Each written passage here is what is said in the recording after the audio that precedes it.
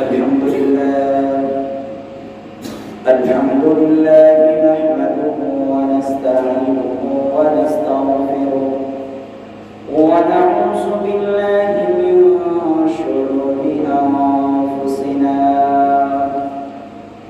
ومن سيئات أعمالنا من يهده الله فلا مضل له ومن يضلل فلا هادي له ونشهد أن سيدنا وسندنا وحبيب قلوبنا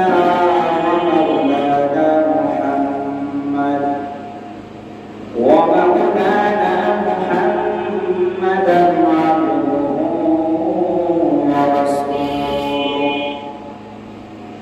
فقد قال الله تعالى في كلامه المجيد وفرقانه الحميد أعوذ بالله من الشيطان الرجيم بسم الله الرحمن الرحيم ما يلفظ من قول إلا لديه رقيب عتيد وقال النبي صلى الله عليه وسلم من صمت نجا وقال تعالى إن الله وملائكته يصلون على النبي يا أيها الذين آمنوا صلوا عليه وسلموا تسليما اللهم صل على سيدنا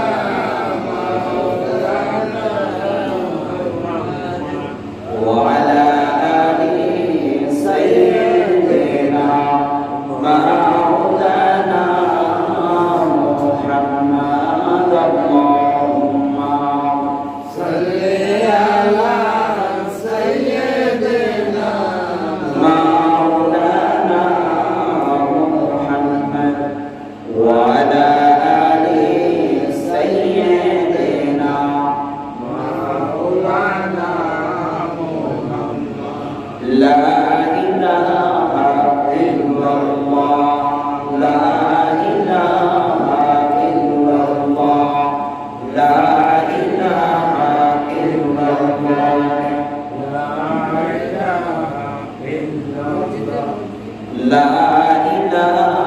إلا الله لا إله إلا الله لا إله إلا الله لا إله إلا الله محمد رسول الله صلى الله عليه وسلم আল্লাহ পাকের দরবারে লাখ কোটি শুকর যে মহান রব্বুল আলামিন আল্লাহ সুবহানাহু ওয়া তাআলা আমাকে আপনাদেরকে পবিত্র জুমার দিনে মসজিদে এসে ঈমানি দ্বীনের কিছু কথা বলবার এবং শুনবার তৌফিক দান করেছেন সেই জন্য সেই মহান পরবর আলিশান দরবারে সকলেই কালিমাতে শুকর আদায় করে সকলে বলে আলহামদুলিল্লাহ আলহামদুলিল্লাহ আল্লাহ পাক রব্বুল আলামিনের অশেষ রহমত যে মহান রব্বুল আলামিন আমাদেরকে হাজারো ব্যস্ততার মাঝে দুনিয়ার সমস্ত কাজ থেকে বিরত রেখে আমাদেরকে মসজিদে আসার তৌফিক আল্লাহ দান করেছেন। এখনো পর্যন্ত অনেক মানুষ দুনিয়ার কাজে লিপ্ত আছে যারা এখনো মসজিদে আসতে পারে নাই, যারা আল্লাহ পাক রব্বুল আলামিন যাদের অন্তরের ভিতরে মোহর মেরে রেখেছেন, আল্লাহ পাক রব্বুল আলামিন তাদের অন্তরের ভিতরে কালো দাগ লাগিয়ে রেখেছেন, এই জন্য তারা মসজিদে আসতে পারে না। আল্লাহ সকলকে দ্বীনি কাজ করার তৌফিক আল্লাহ সকলকে দেয় না। আল্লাহ পাক রব্বুল আলামিনের ইচ্ছা, আল্লাহর মহব্বত যার উপর বর্ষিত হয়, ওই বান্দাকে আল্লাহ পাক রব্বুল আলামিন তাকে দ্বীনি সমস্ত কাজ করা, সমস্ত কিছু করা আল্লাহ পাক রব্বুল আলামিন তৌফিক দান করে। সকলে বলে আমিন। আমিন। আল্লাহ পাক রব্বুল আলামিন দুনিয়ার ভিতরে সকল বান্দাদেরকে ভালোবাসেন। আল্লাহ বান্দাদেরকে ভালোবাসার পর আল্লাহ কিছু আদেশ বান্দাদেরকে করেছেন, কিছু হুকুম বান্দাদেরকে করেছেন। আল্লাহ পাক রব্বুল আলামিন বলেন, যদি এই হুকুমগুলো আদেশগুলো পালন করো তাহলে আমি আল্লাহর খাস বান্দা হতে পারবা। আর যদি এই হুকুমগুলো আদায় না করো তাহলে আমি আল্লাহ তোমার উপরে নারাজ হয়ে যাব।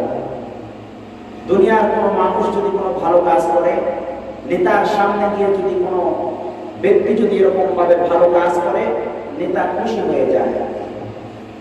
আবার নেতার সামনে যদি নেতার বদনাম গায়, নেতার সাথে দুর্ব্যবহার করে, তাহলে নেতা বেজার হয়ে যায়। তেমনি আল্লাহ পাক রব্বুল আলামিনের দয়াটা অনেক বড়। আল্লাহ যদি রাগান্বিত হয়, লিল্লাহিল ওয়াহিদিল ওয়াহ্হাব, আল্লাহ পাক রব্বুল আলামিন মানুষকে ছাড় দেয়, কিন্তু আল্লাহ কখনো ছেড়ে দেয় না।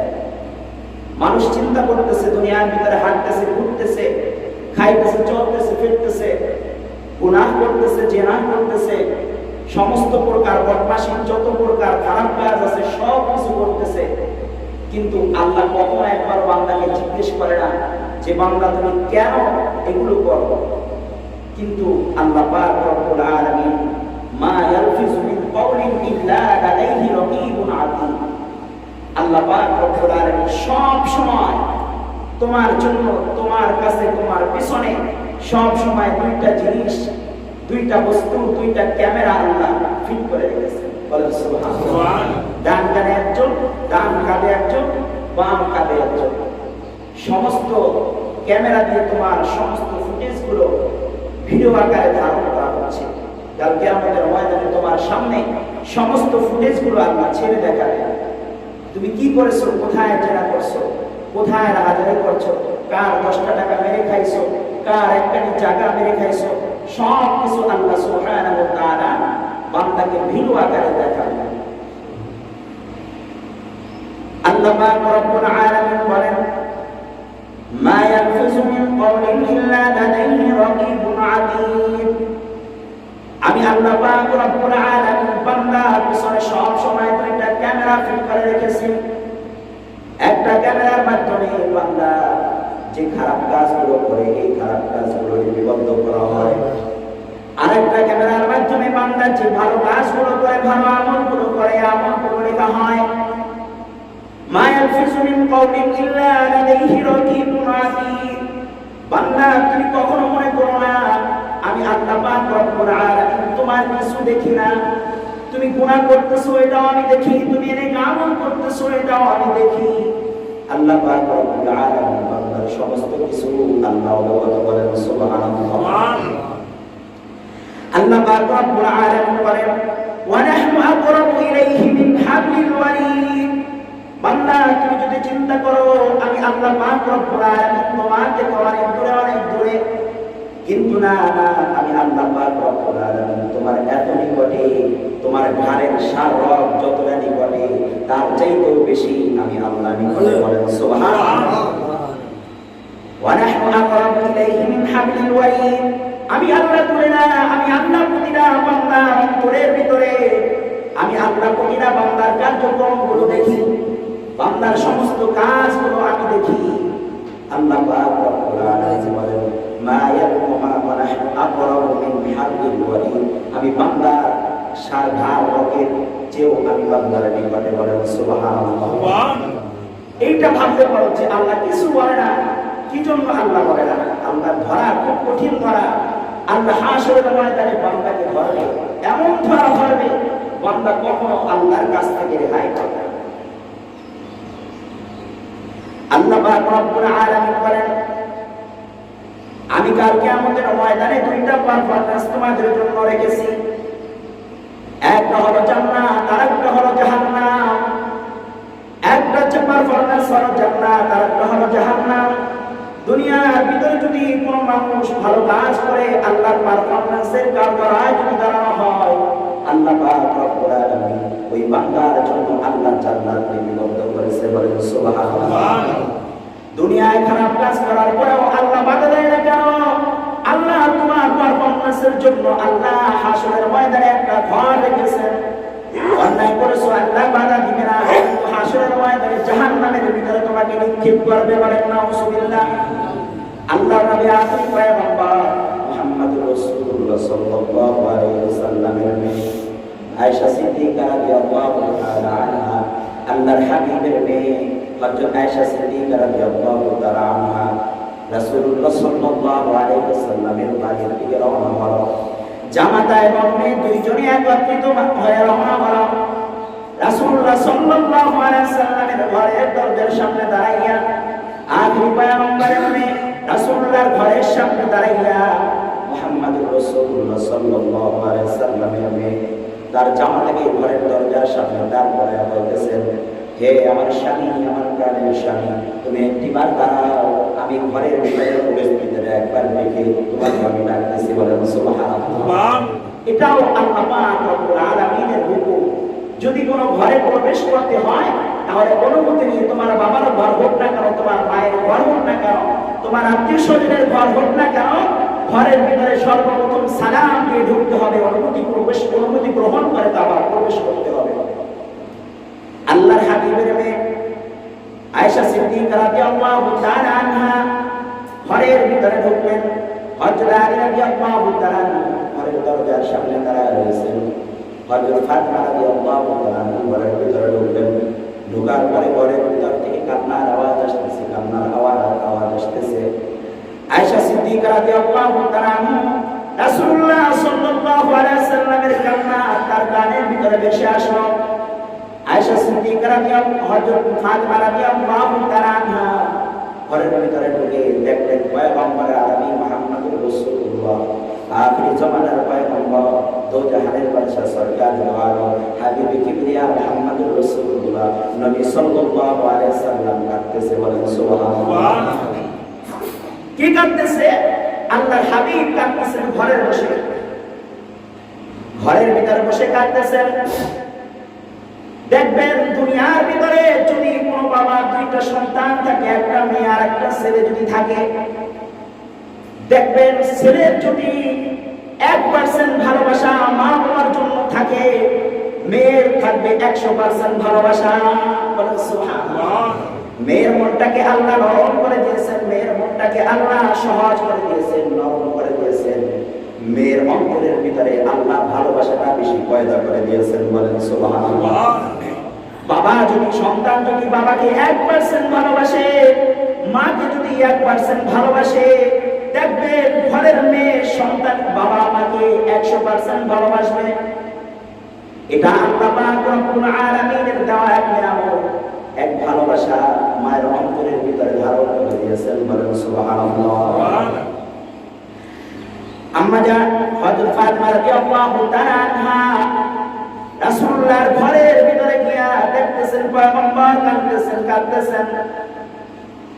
মেয়ে সহ্য করতে পারবেন না, বাবা কেন কান্না করতেছেন, বাবার কাছে গিয়ে একটু দেখি।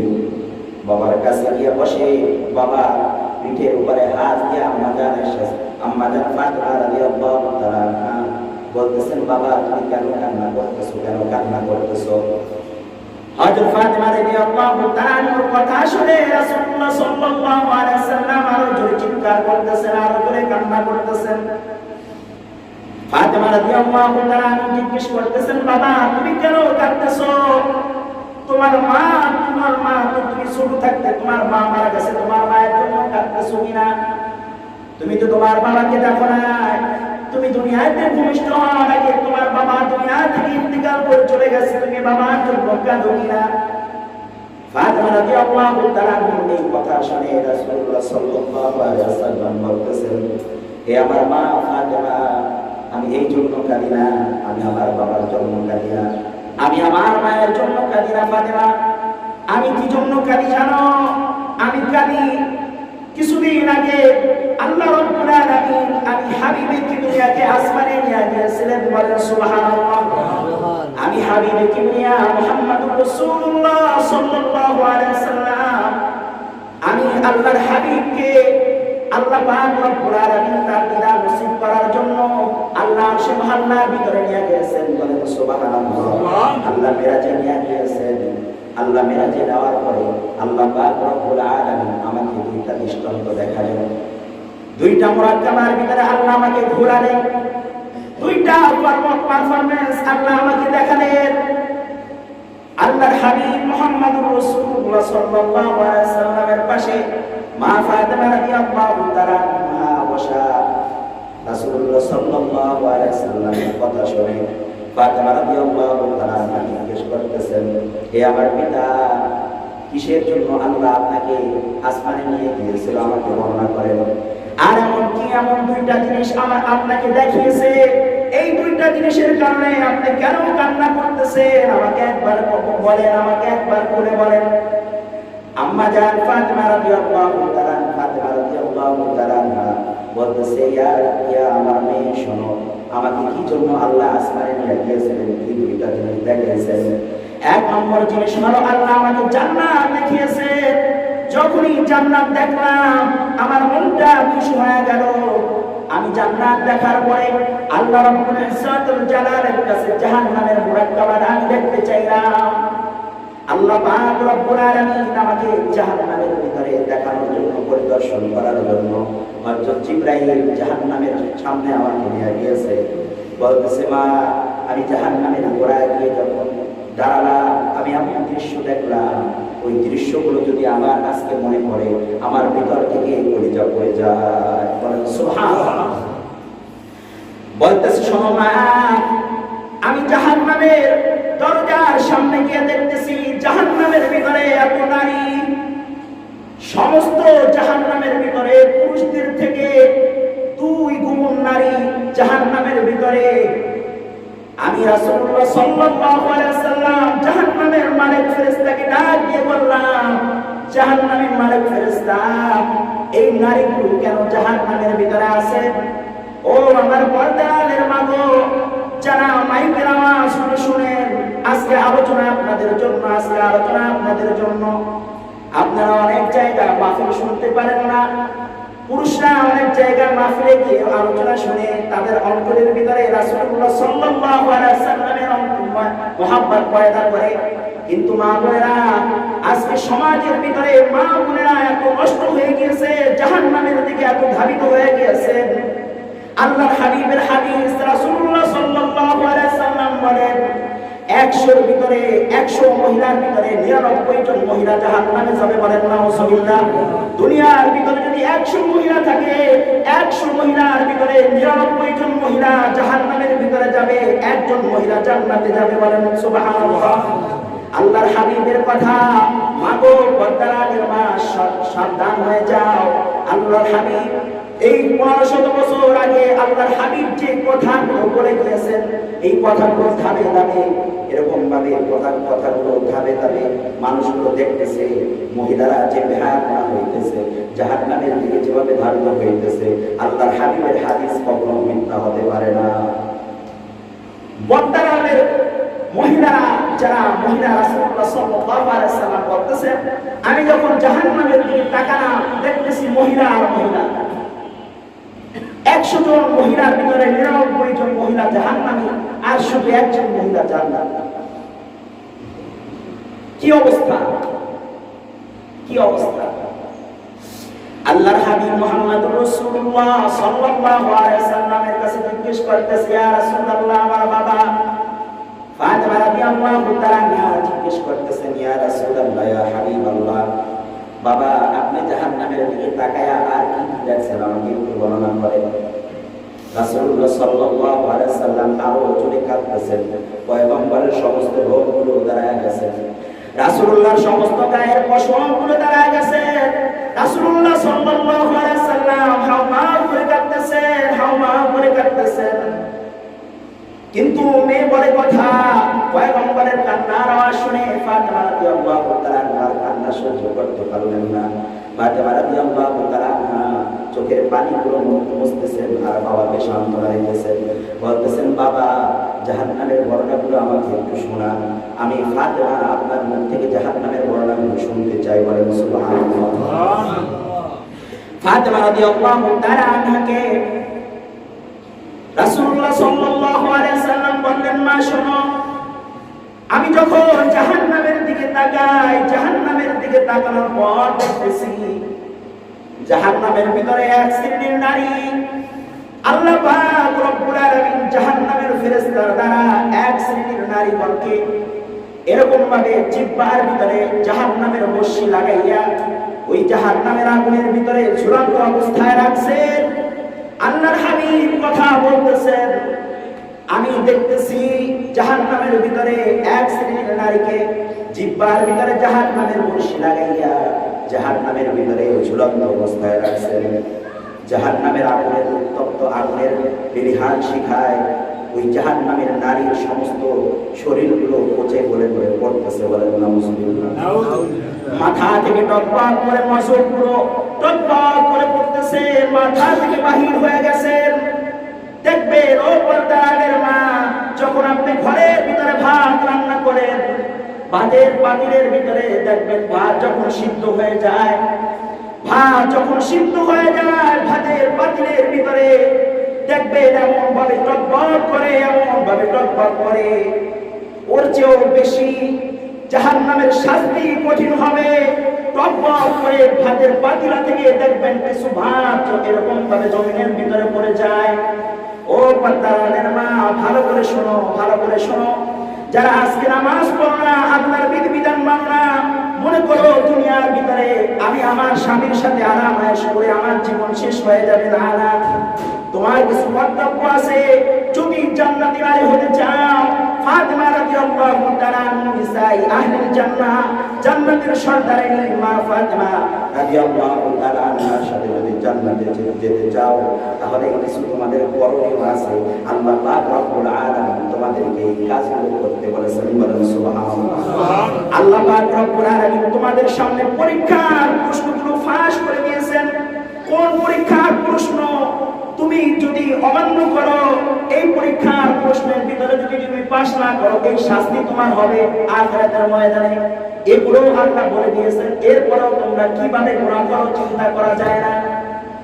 আল্লাহর হাবিব জাহান্নামের ভিতরে দেখতেছেন এক শ্রেণীর নারীকে এরকম ভাবে লোহার রশি দিয়া, জাহান্নামের রশি দিয়া এরকম ভাবে ঝুলায় রাখছেন, তার মাথার মগজগুলো টকবক করে পড়তেছেন। আল্লাহর হাবিব মুহাম্মদুর রাসূলুল্লাহ সাল্লাল্লাহু আলাইহি ওয়াসাল্লামের কাছে ফাতেমা রাদিয়াল্লাহু তাআলা জিজ্ঞেস করতেছেন, আব্বা এই শাস্তি কিসের জন্য মহিলাদেরকে দেওয়া হয়? রাসূলুল্লাহ সাল্লাল্লাহু আলাইহি ওয়াসাল্লাম বলতেছেন, এই শাস্তি দেওয়া হয় একমাত্র কারণ হলো তার জিহ্বাকে হেফাজত করে নাই, তার জবানকে হেফাজত করে নাই। ওয়াদাদের মা, আজকে মহিলাদের ভিতরে এমন কিছু দোষ ত্রুটি পাওয়া যায়। এর ভিতরে এক নম্বর হলো দেখবেন মহিলারা কিবাদ বলার জন্য এক নম্বর ওস্তাদ। মা বোনেরা আপনারা রাগ করবেন না, যারা মাইকের আওয়াজ শুনেন মনোযোগ দিয়ে শুনেন। দুনিয়ার সমস্ত কাজগুলো ফেলে রাসূলুল্লাহ সাল্লাল্লাহু আলাইহি ওয়াসাল্লামের একটা হাদিস পড়বে, একটা হাদিসের উপর আমল করলে আপনার জিন্দেগি ধন্য হবে। বলেন সুবহানাল্লাহ। রাসূলুল্লাহ সাল্লাল্লাহু আলাইহি ওয়াসাল্লাম বলতেছেন, যেই মায়েরা কিবাদ শিকায়ত করে, যেই মায়েরা এক অপরের দোষ অন্যের কাছে গিয়ে বলে, ওই মায়েদের জন্য জাহান্নামের ভিতরে, তাদের জিহ্বার ভিতরে জাহান্নামের রশি লাগানো হবে। বলেন নাউজুবিল্লাহ। জাহান্নামের আগুনের ভিতরে তাদেরকে নিক্ষেপ করা হবে। আল্লাহর হাবিবের কাছে আম্মা জান ফাতেমা রাদিয়াল্লাহু তাআলা আনহা জিজ্ঞেস করতেছেন, ইয়া হাবিবাল্লাহ, দ্বিতীয় নম্বর তাদের কি শাস্তি দেওয়া হবে? আল্লাহর হাবিব বলতেছেন, দ্বিতীয়ত তাদের এমন শাস্তি দেওয়া হবে, দ্বিতীয়ত তাদের এমন শাস্তি দেওয়া হবে, তাদের মাথার ভিতরে জাহান্নামের শিকল দিয়ে তাদের চুলগুলো লাগানো হবে, বাঁধা হবে, এবং তাদেরকে শুলের মতো এমন একটা বস্তুতে তাদেরকে ঝুলানো হবে। জাহান্নামের উত্তপ্ত আগুনের ভিতরে তাদেরকে নিক্ষেপ করা হবে না, ওই শুলিতে ঝুড়া জাহান্নামের উত্তপ্ত আগুনের ভিতরে তাকে এরকম ধরা হবে। বলেন নাউজুবিল্লাহ। জাহান্নামের আগুন সাথে সাথে ওই লোকটার কলিজা পুড়ে যাবে, ছারখার হয়ে যাবে। উপায় হবে না, উপায় হবে না। তুমি চিন্তা করবে, তুমি চিন্তা করবে যদি আমার মরণ হয়ে যেত, আমার যদি একবার মরণ হয়ে যেত, লা ইউগাদিরু সগীরাতাও ওয়ালা কাবীরাতান ইল্লা আহসাহা। আল্লাহ পাক রব্বুল আলামিন বলেন, এমন একটা কিতাব তোমার সামনে কিয়ামতের ময়দানে রাখা হবে, তুমি কিতাবটা নিয়ে আফসোস করতে থাকবা, মালি হাদাল কিতাব, মালি হাদাল কিতাব। এটা এমন একটা কিতাব, লা ইউগাদিরু সগীরাতাও ওয়ালা কাবীরাতান ইল্লা আহসাহা। বান্দা আফসোস করতে থাকবে, নিজের হাত নিজে কামড়াইতে থাকবে, আঙ্গুলগুলো খেয়ে ফেলবে, হাতের আঙ্গুল খেয়ে ফেলবে, নিজের হাতের আঙ্গুল নিজে খেয়ে ফেলবে আফসোসের কারণে। বান্দা বলবে, লা ইউগাদিরু সগীরাতাও ওয়ালা কাবীরাতান ইল্লা আহসাহা। বান্দা বলবে, এটা এমন একটা কিতাব আমার হাতে আমলনামা আমার হাতে দেওয়া হলো, যে কিতাবের ভিতরে লা ইউগাদিরু সগীরা, আমার একটা ছোট আমল আল্লাহ পাক রব্বুল আলামিন ছাড়ে না। বলেন সুবহানাল্লাহ। এমন একটা ছোট গুনাহ আল্লাহ ছাড়ে নাই, ওয়ালা কাবীরাতান ইল্লা আহসাহা। কোন বড় একটা গুনাহ আল্লাহ আমলনামার খাতা থেকে ছাড়ে নাই। বলেন নাউজুবিল্লাহ। এই আফসোস করতে থাকবে বান্দা, উপায় হবে না। বান্দা বলবে যে আমাকে একটু মরণ দাও আল্লাহ, আমাকে একটু মরণ দাও, আমাকে যদি মরণ দাও তাহলে আমি একটু শান্তি পাই। আল্লাহ এই শাস্তি আর ভালো লাগে না। এই বান্দা চিন্তা করবে, আল্লাহর কাছে আত্মনাদ করতে থাকবে যে আল্লাহ, দুনিয়াতে ভুল করে ফেলেছে, আমাকে মেরে ফেলো, আমার এই শাস্তি আর ভালো লাগে না, আমার এই নির্যাতন আর ভালো লাগে না। উত্তপ্ত আগুনের ভিতরে শরীর থেকে চর্বিগুলো বেয়ে বেয়ে পড়তে থাকবে। নারী জাতির চর্বিগুলো, শুধু নারীর নয় পুরুষেরও তার থেকে ডাবল শাস্তি হবে কিয়ামতের ময়দানে। নারীর তো সমস্ত কিছু আল্লাহ অর্ধেক দিয়েছেন, অর্ধেক দিয়েছেন। ছেলেদের বাম বছরের হাত দ্বারা আল্লাহ নারীকে সৃষ্টি করেছেন। বলেন সুবহানাল্লাহ। মনে চিন্তা করতেছো নারীদের এই শাস্তি দেওয়া হবে, পুরুষদের কি ভয়াবহ শাস্তি দেওয়া হবে। আল্লাহর হাবিবের কাছে মেয়ে ফাতিমা রাদিয়াল্লাহু তাআলা আনহা জিজ্ঞেস করতেছেন, ইয়া রাসূলুল্লাহ, ইয়া হাবিবাল্লাহ, এই শাস্তিটা তাদের কিসের জন্য দেওয়া হবে? আল্লাহর হাবিব মুহাম্মদুর রাসূলুল্লাহ সাল্লাল্লাহু আলাইহি ওয়াসাল্লাম বলেন, এই শাস্তিটা তাদের দেওয়া হবে তারা দুনিয়ার ভিতরে বসে ঘর থেকে বাহির হওয়ার সময় তাদের মাথার ভিতরে কোনো কাপড় দেয় নাই। তারা বেপরদা হিসাবে দুনিয়ার ভিতরে রাস্তাঘাটে উলঙ্গ অবস্থায় পুরুষদের সামনে হাঁটাচলা করছে মাথার কাপড় না দিয়ে। এই জন্য তাদেরকে জাহান্নামের ভিতরে, চুলের ভিতরে জাহান্নামের শিকল পাঠানো হবে। এই কথা শোনার পরে আম্মা জান ফাতিমা রাদিয়াল্লাহু তাআলা আনহা আরো চিৎকার করে কাঁদতেছেন। রাসূলুল্লাহকে বলতেছেন, দ্বিতীয় নাম্বার শাস্তির কথা বলো, দ্বিতীয় নাম্বার শাস্তির কথা বলো। আল্লাহর হাবিব মুহাম্মদুর রাসূলুল্লাহ সাল্লাল্লাহু আলাইহি ওয়াসাল্লাম আরো ভয়াবহ শাস্তির কথা বললেন। রাসূলুল্লাহ সাল্লাল্লাহু আলাইহি ওয়াসাল্লাম বলেন, দ্বিতীয় নম্বর শাস্তি মহিলাদেরকে দেওয়া হলো। আমি যেটা দেখলাম আর সহ্য করতে পারলাম না। আমি দেখি একটা মহিলাকে এমন ভাবে জাহান্নামের আগুনের ভিতরে পুড়তেছে, এমন ভাবে জাহান্নামের আগুনের ভিতরে পুড়তেছে। দুনিয়ার কোনো সাধারণ বিচার নয়, আল্লাহ পাক রব্বুল আলামিনের বিচার, খুব কঠিন বিচার। ওই নারীটাকে দেখতেছি তার দুধের স্থানের ভিতরে এরকম ভাবে রূপ লাগায়া, জাহান্নামের রূপ লাগায়া ওই লোকটাকে এরকম ভাবে জাহান্নামের আগুনে তাপ দিতেছে। বলেন নাউজুবিল্লাহ। তার স্তনের ভিতরে আল্লাহ জাহান্নামের বর্ষি লাগাইয়া এরকম ভাবে জাহান্নামের আগুনের ভিতরে তাপ দিতেছে। ওই লোকটা চিৎকার মারতেছে। ওই লোকের চিৎকারের আওয়াজে জাহান্নামের সমস্ত মানুষগুলো প্রকম্পিত হয়ে গেছেন। আরশে মুহান্না প্রকম্পিত হয়ে গেছেন। আল্লাহর কাছে আর্তনাদ করতেছে, আল্লাহ আমাকে মৃত্যুবরণ দাও, আমাকে মৃত্যু দান করো। এত যন্ত্রণা, এত সহ্য, আর এত যন্ত্রণা সহ্য হয় না, আল্লাহ আমাকে মৃত্যু দাও। আল্লাহ পাক রব্বুল আলামিন বলেন, মৃত্যু নামক বস্তুটা জান্নাত এবং জাহান্নামের মধ্যবর্তী স্থানে আমি আল্লাহ জবাই করে দিয়েছি। বলেন সুবহানাল্লাহ। মৃত্যু আর হবে না। যখন তোমাকে হাসরের ময়দানে উঠাইছি, আমি আল্লাহ পাক রব্বুল আলামিন মৃত্যু নামক বস্তুটাকে এই হাসরের ময়দানে জান্নাত এবং জাহান্নামের মধ্যবর্তী স্থানে মৃত্যু নামক বস্তুটাকে দাফন করে দিয়েছি, জবাই করে দিয়েছি। মৃত্যু আর হবে না। আফসোস করতে থাকবা, আফসোস করতে থাকবা। আল্লাহর হাবিব বলেন, যখন দেখতেছি তার স্তনের ভিতরে এরকম ভাবে শিকল লাগায়া, জাহান্নামের বর্ষি লাগায়া আগুনের ভিতরে পড়তেছে, আর ওই লোকটা চিৎকার মারতেছে। এবার ফাতেমা রাদিয়াল্লাহু তাআলা আনহা জিজ্ঞেস করতেছেন, ইয়া রাসূলুল্লাহ, ইয়া হাবিবাল্লাহ, তাকে কিসের জন্য এত ভয়ানক শাস্তি দেওয়া হয়?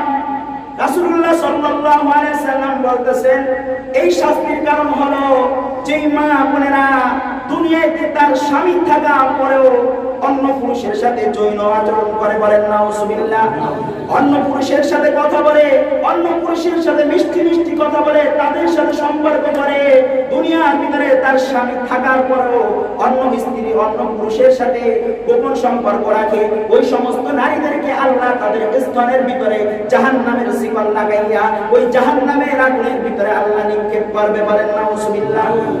চতুর্থ নম্বর, আল্লাহর হাবিবের কাছে জিজ্ঞেস করতেছে মা ফাতেমা, ইয়া রাসূলুল্লাহ, ইয়া হাবিবাল্লাহ, চতুর্থ নম্বর শাস্তির কথা বলেন। চতুর্থ নম্বর শাস্তি হলো আল্লাহর হাবিব মুহাম্মদুর রাসূলুল্লাহ সাল্লাল্লাহু আলাইহি সাল্লাম বলেন, চতুর্থ নম্বর শাস্তি হলো তাদের দুই হাতখানা একটা নারীকে দেখতেছি তাদের দুইটা হাত একত্রিত করে এরকম ভাবে একটা জাহান্নামের উত্তপ্ত গরম একটা দেওয়ালের ভিতরে তাকে নিয়া ওই দেওয়ালের ভিতরে তার পিঠটা ঠেকাইয়া রাসূলুল্লাহ সাল্লাল্লাহু আলাইহি সাল্লাম জাহান্নামের বর্ণনা করতেছেন আর চিল্লায়া কাঁদতেছেন।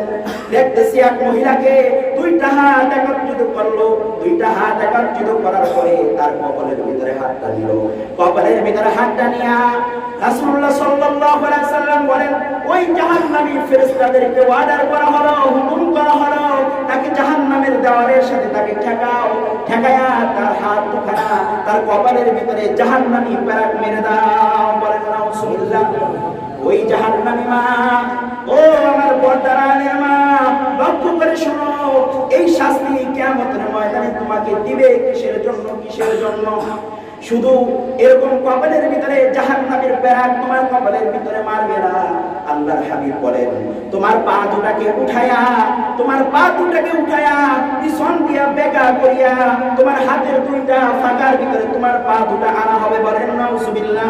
কত কঠিন হবে জাহান্নামের আযাব।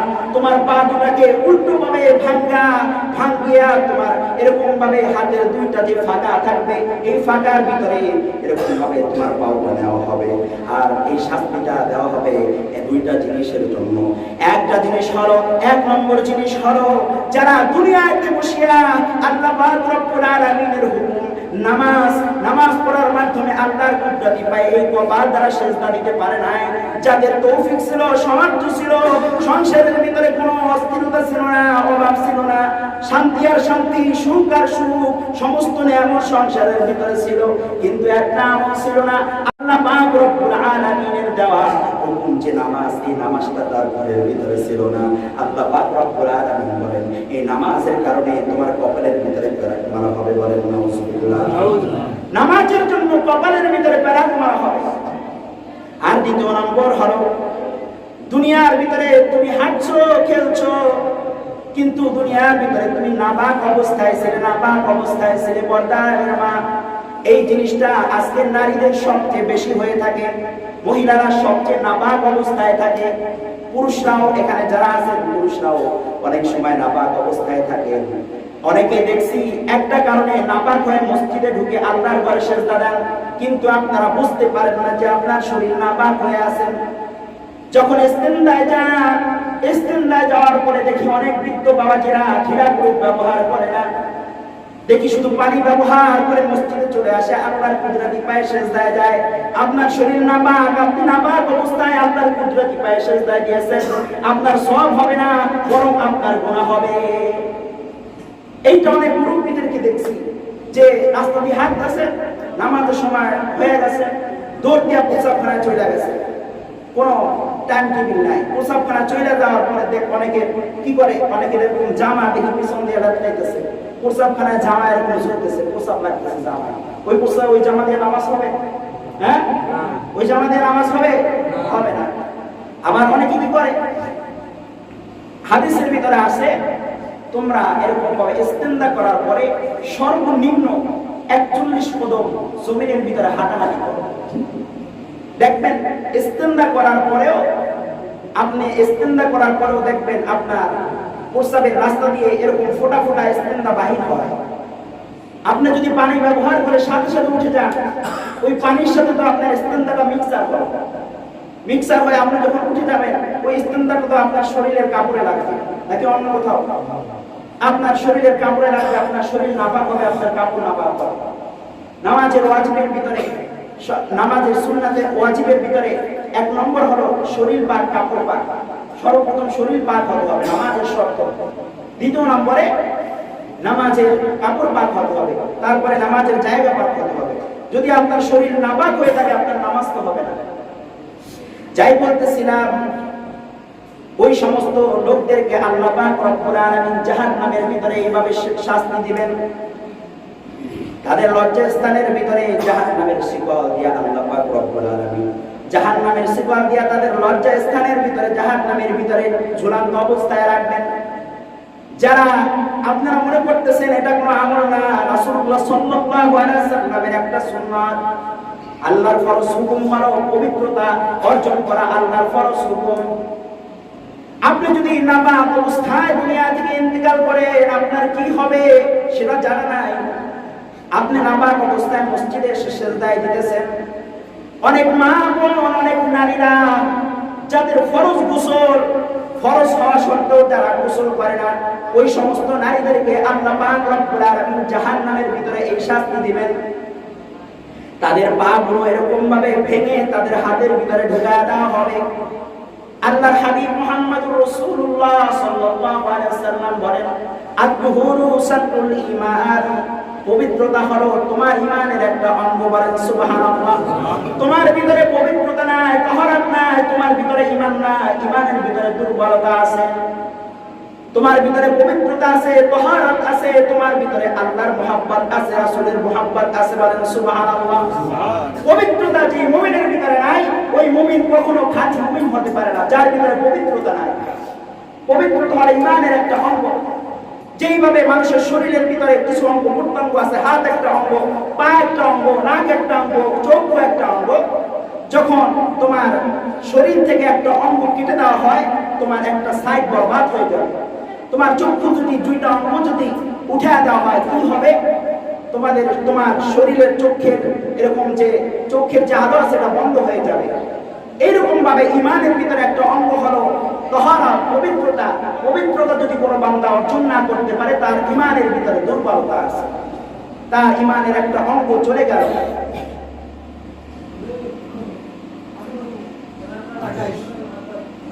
যাই হোক, 5ম নম্বর আমল, 5ম নম্বর শাস্তি আল্লাহ পাক রব্বুল আলামিন কিয়ামতের ময়দানে দিতেছেন। রাসূলুল্লাহ সাল্লাল্লাহু আলাইহি সাল্লাম দেখতেছেন যে 5ম নম্বর শাস্তি হলো এরকম এক শ্রেণীর মহিলাদেরকে তাদের অঙ্গ প্রত্যঙ্গগুলো শুকুরের মতো, শুকুরের চেহারার মতো এরকম বানায় দেওয়া হয়েছে। তাদের শরীরগুলো এরকম এত ফুলে গিয়েছে, তাদের শরীরগুলো এত মোটা হয়ে গিয়েছে যে তাদের অঙ্গ, তাদের মুখের মুখমণ্ডলের যে অঙ্গ প্রত্যঙ্গ আছে, এগুলো আল্লাহ পাক রব্বুল আলামিন শুয়োরের ন্যায় বানিয়ে দিয়েছেন। বলেন নাউজুবিল্লাহ। আল্লাহর হাবিব মুহাম্মদুর রাসূলুল্লাহ সাল্লাল্লাহু আলাইহি ওয়াসাল্লাম এই কথা বলার পরে আয়েশা সিদ্দিকা রাদিয়াল্লাহু তাআলা আনহা বলতেছেন যে কেন তাদের অঙ্গভঙ্গিগুলো এরকম বানিয়ে দেওয়া হয়েছে? তখন বলতেছেন যে তারা গীবাত শেখায়ত করতেছে, মিথ্যাচার করে। নারীরা যখন মিথ্যাচার করে, গীবাত শেখায়ত করে, তখন তাদের অঙ্গভঙ্গিমাগুলো আল্লাহ শুয়োরের ন্যায় বানিয়ে দেয়। বলেন নাউজুবিল্লাহ। আপনারা দুনিয়ার ভিতরে দেখতেছেন যে মানুষ মানুষের মতো প্রকৃত চেহারা, মানুষ মানুষের মতো চলতেছে, হাঁটতেছে, খেলতেছে, কিন্তু এই দুনিয়ার মানুষ যারা আগাম কুগাম করে, যারা আল্লাহর সাথে নাফরমানি করে, যারা গুনাহের কাছে লিপ্ত হয়, আল্লাহ পাক রব্বুল আলামিন গোপনীয় ভাবে দুনিয়ার ভিতরে এক একজন মানুষকে এক একটা আকৃতি দিয়েছেন। আপনারা এখানে বসে আছেন, যারা যে অন্যায় করেছেন, এই অন্যায়ের জন্য আল্লাহ হাসরের ময়দানে সমস্ত ফেরেশতাদের চোখে আপনাদের শুকর বানায় রাখছেন। কাউকে গরু বানায় রাখছেন, কাউকে এরকম কুকুর বানায় রাখছেন, কাউকে সাপ বানায় রাখছেন, কাউকে এরকম বিচ্ছিরি চেহারা বানায় রাখছেন ফেরেশতাদের কাছে। আপনারা তো দেখতেছেন যে একজনের চোখে আরেকজনের ভালো মানুষের আকৃতি, চক্ষু ঠিক আছে, মুখ ঠিক আছে, নাক ঠিক আছে, সব কিছু ঠিক আছে, কিন্তু আল্লাহ পাক রব্বুল আলামিন আপনাদের গুনাহের কারণে আপনাদের অঙ্গ ভঙ্গিমাগুলো আল্লাহ পাক রব্বুল আলামিন এক একটা আকৃতি দিয়ে রাখছে। এক আল্লাহর নবী মসজিদের ভিতরে ইবাদত করতেছেন 40 বছর। কয় বছর? 40 বছর ইবাদত করতেছেন। যখনই বাহির হয় ওই লোকটা কি করে, রুমাল দিয়ে তার চক্ষুটা এরকম ঢেকে দেয়, রুমাল দিয়ে একটা কাপড় দিয়ে তার চক্ষুটা এরকম ঢেকে জমিনের ভিতরে বাহির হয়। আবার যখন মসজিদে ঢুকে যায় রুমালটা খুলে নেয়। যখন দোকানে যায় এরকম খাদ্য ক্রয় করার জন্য তার মুখটা ঢেকে দোকানদারের সাথে কথা বলে। তখন এক দোকানদার বলতেছেন যে হযরত, আপনি কেন আপনার নাক মুখের উপরে রুমালটা কেন দিয়ে রাখছেন? তখন বলতেছেন যে আমি কেন রুমালটা আমার মুখের উপরে দিয়ে রাখছি, এটা কি দেখতে চাও না শুনতে চাও? তখন বলতেছে আমি দেখতে চাই। দোকানদার বলতেছে, চায়ের দোকানদার। আল্লাহর ওলি বলতেছেন তাহলে আমার সামনে একটু এসে দাঁড়াও। আল্লাহর ওলি তার মাথা থেকে রুমালটা বাহির করে চায়ের দোকানদারের মাথার উপরে দিয়ে দিল। সাথে সাথে চায়ের দোকানদার চিৎকার মেরে উঠছেন। আল্লাহর ওলির সাথে সাথে তার মাথা থেকে রুমালটা সরিয়ে ফেললেন। এবার চায়ের দোকানদার বলতেছেন হযরত, যখন আপনার রুমালটা আমি মাথার উপরে দিলাম, আমি জমিনের দিকে যখন তাকাইলাম, আমি জমিনের মানুষগুলোকে আর মানুষ দেখতেছি না। কিছু মানুষ শূকর, কিছু মানুষ কুকুর, কিছু মানুষ সাপ, কিছু মানুষ হিংস্র প্রাণী হয়ে দুনিয়ার জমিনে বসবাস করতেছে। এবার আল্লাহর ওলি বলতেছে, হে দোকানদারওয়ালা ভাই, যখন আমি মসজিদ থেকে বাইরে হয়ে দাঁড়াই তখন যদি আমি আমার চক্ষুটা খুলে দেই, আমার চক্ষুটা খোলার সাথে সাথে আমি দুনিয়ার জমিনের মানুষকে আর মানুষ বলে দেখি না। একটা দেখি শুকর, একটা কুকুর, একটা সাপ, একটা প্রাণীর আকৃতি। আমি মানুষের চেহারার ভিতরে অবয়ব দেখি, এই জন্য আমি চোখটা ঢেকে নেই। তখন ওই চায়ের দোকানদারওয়ালা বলতেছে রহস্য কি? তখন বলতেছেন যে দুনিয়ার ভিতরে যে মানুষগুলো যে গুনাহ করে না কেন, ওই গুনাহের জন্য দুনিয়ার ভিতরে আল্লাহ লানত ওই মানুষের উপর অবশ্যই দেয়, কিন্তু আমরা বুঝতে পারি না, প্রকাশ করতে পারি না। মানুষ মানুষের জন্য দেখে না। আমি যদি আপনার চেহারার আকৃতি দেখতাম তাহলে আপনাকে আর দুনিয়ায় আস্ত রাখতাম না, আপনাকে পিঠে মেরে ফেলতাম। এই জন্য আল্লাহ পাক রব্বুল আলামিন মানুষকে মানুষের মূল আকৃতি দেখার তৌফিক আল্লাহ দেয় না, মূল আকৃতি দেখার শক্তি আল্লাহ দেয় না। আল্লাহ পাক রব্বুল আলামিন আমাদের সকলকে দুনিয়ার সমস্ত এরকম খারাপ কাজ থেকে বেঁচে থেকে আল্লাহ পাক রব্বুল আলামিন জান্নাতের কাজগুলো করার বেশি বেশি তৌফিক দান করুন। সকলে বলে আমিন।